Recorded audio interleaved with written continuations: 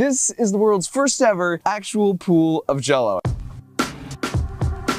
And while it may look simple, it's actually a very difficult engineering challenge to pull off. As proof, if you Google Jell-O pool, you will either find bad CGI or a handful of videos of people who tried to do this, but it really didn't work out. So today, we're gonna answer possibly the longest standing question from my childhood: what would it be like to actually belly flop in a pool of Jell-O? But before we do that, I want to talk about what we actually had to go through for the past 6 months to pull this off. The idea of a Jell-O pool has been on my bucket list for over 4 years. In fact, when Kevin from the Backyard Scientists and I made the 25 million Orbeez pool, our first idea was to do a pool of Jell-O. But it's really hard, because if you've ever made Jell-O, you might recall you first have to boil water, then mix in the powder, and then you have to refrigerate it for it to actually get firm. And that's easy enough to do for a small dish, but how do you boil and then refrigerate an entire pool? This seemed like a very worthy engineering challenge. So last year at Thanksgiving, my brother and I came up with a plan, and then in the middle of winter, we started digging a hole in his backyard. Then over the course of 2 months, we set up a bunch of small-scale experiments because we needed to answer questions like how much gelatin powder does it actually take to get to the ideal firmness, and how hot and then cold does the mixture actually need to get for the Jell-O chemical reaction to take place so it will actually get firm. And from our experiments, we learned the Jell-O always got firm as long as the mixture got hotter than 160 degrees Fahrenheit. So we decided we could scale this up by using 6 55-gallon drums with a custom propane burner underneath and a spigot we welded to the sides, but more on that later. So now we knew how we were going to heat it up, but how do you refrigerate an entire pool? For that, we teamed up with Mother Nature and just picked the perfect location and time of year. We installed a thermometer, and starting in January, we tracked the temperature in his backyard every night. We needed refrigerator temperatures at night, but not freezer temperatures, because that would freeze the Jell-O, and our experiments showed that totally ruins it. And so after looking at our data plus historical temperature plots, we knew we had about a 3-week sweet spot window towards the end of April to pull this off.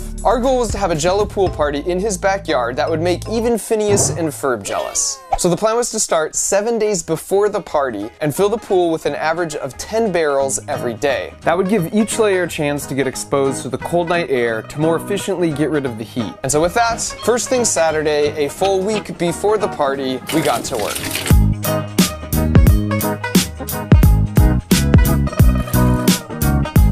We didn't want to waste actual food, so this is just water and gelatin powder and food coloring, but there's no sugar.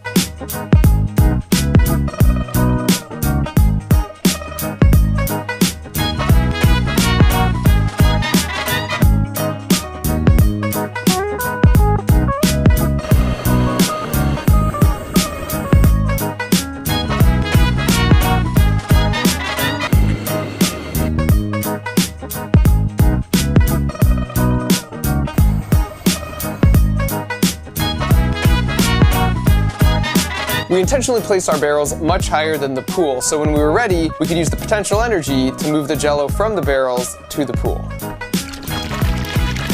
We had to tackle about 1,000 other issues that came up that I won't bore you with, but day by day and layer by layer, the pool began to fill up. Because the Jell-O went in with so much heat energy we needed to remove before it could get firm, in addition to using the cold night air, my brother's neighbor Nick happened to have a spare swamp cooler in his shop. So we kept that running over the top of the pool pretty much the whole week. This gave us convection cooling. It's the equivalent of rolling down a car window for the pool, or like when you blow on the top of a hot cup of soup. This constantly replaces the boundary layer of air right at the surface with fresh cold air that will suck out the heat more efficiently. And so as we put in the final batch Friday night, with ominous weather threatening to ruin the whole effort, at this point, we had done all we could. We were exhausted after a week, and I wasn't feeling super confident because my specialty is more with mechanical things, and this project was more about chemistry and thermodynamics. And I didn't want that lame jelly boff stuff people try and pass off as Jell-O. And so even if it didn't last long in the sun, I wanted to at least have the experience of seeing even a single belly flop on a smooth pool of actual Jell-O. If this was going to be a total failure, it wouldn't be from lack of effort. And so we woke up Saturday morning with a forecast for a warm, sunny day, and we pulled off the tarp to find a pool filled with actual freaking Jell-O.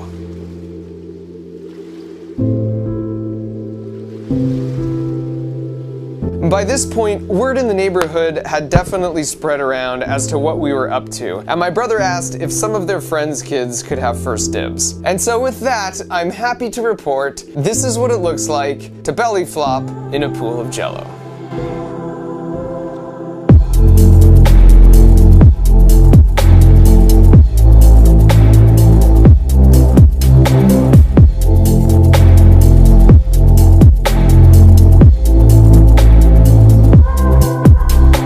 Not yet. Careful.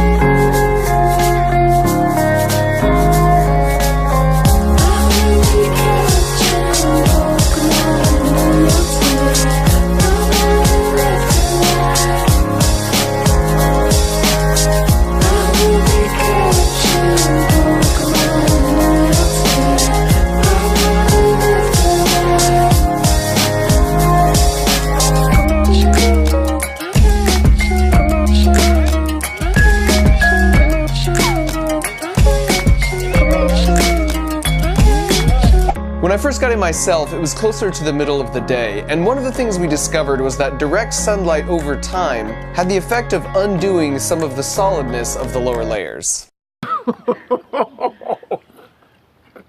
When you go in, it just like fills your nose and like ears. It's a very surreal feeling of just being like, it's kind of hard to move, but it's just slimy and slippery. It actually feels really cool. We have some pool toys hidden underneath. Got it!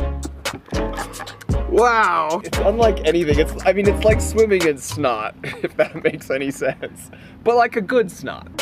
To keep it solid for even longer, if we were to do it again, we might put in a heat exchanger pipe system beneath the surface, sort of like how they freeze indoor ice skating rinks. And maybe use a little sugar. That's disgusting. Now at this point you might be thinking, why would anyone spend the effort of 6 months of planning and then a solid week of back-breaking effort just to make a stupid pool of Jell-O? And to that I say, why do people go through the effort of climbing Mount Everest? Why did Neil Armstrong go through the effort of stepping on the moon? And why did Pam and Jim go through the effort of convincing Dwight that Jim had always been Asian?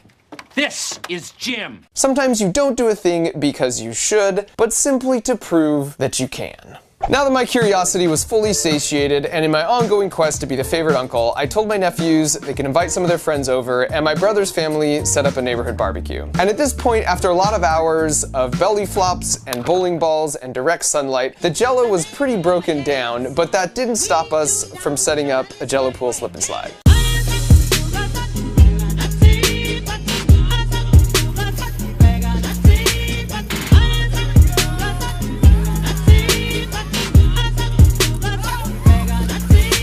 And I loved their sense of adventure, but it was a bit of an uncle fail moment because apparently none of them have ever used a slip and slide.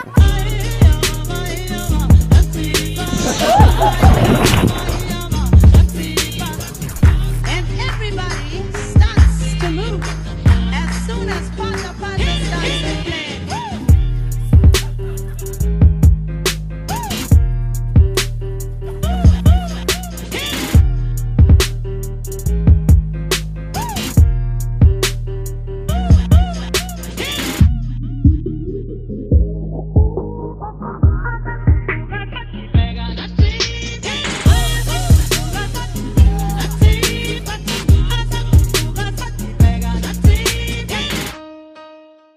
actually put any sugar in here, so it's kind of disgusting. So we've got some real gin.